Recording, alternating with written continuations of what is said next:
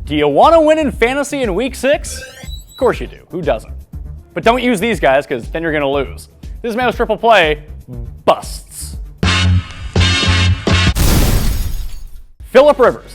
El Riv to those on Spanish Heritage Night in San Diego. But this week against the Colts, not the best of plays, because all Indy does is shut down quarterbacks. The least generous team to fantasy quarterbacks so far this season. And it doesn't seem like it should be that way, but it's what they do. They haven't played the strongest competition, granted, but all you can do is beat the teams put in front of you, and that's all they've done. Now, some will say that Rivers, it doesn't matter. He's going to get his touchdowns. But I'm not the type of guy who wants to play someone who's going to get 150 yards and hope he scores 4 touchdowns. Give me someone who throws 300 yards and hopefully the touchdowns come with it. And this week, that's not Phillip Rivers. DeSean Jackson's been a fantasy revelation for owners who drafted him in the 5th and 6th round this year. He's been great. And that was with Michael Vick and the Chip Kelly offense and the whole 9 yards. But this week, he has Nick Foles at quarterback, which isn't a terrible option. Foles looked great last week. But there's this guy, he's on the other team, he has an island named after him, Darrelle Revis. He shuts guys down.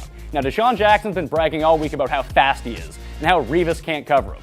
Not the most humble of individuals, but Darrelle Revis is the one guy that you don't do anything with. He's going to shut down DeSean Jackson.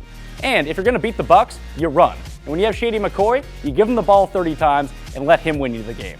Not DeSean Jackson. So put him on the bench. Chris Johnson's becoming a fixture in the bust videos every week because he's frankly terrible.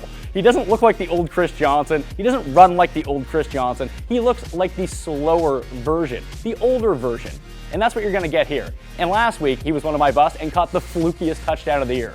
Don't expect that to happen again, because now he's drawn the worst possible matchup against the Seahawks, the best run defense in the NFL.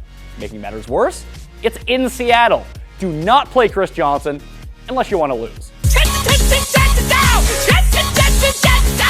Those are my 3 busts for week 6, so don't use them. If you want to win, of course.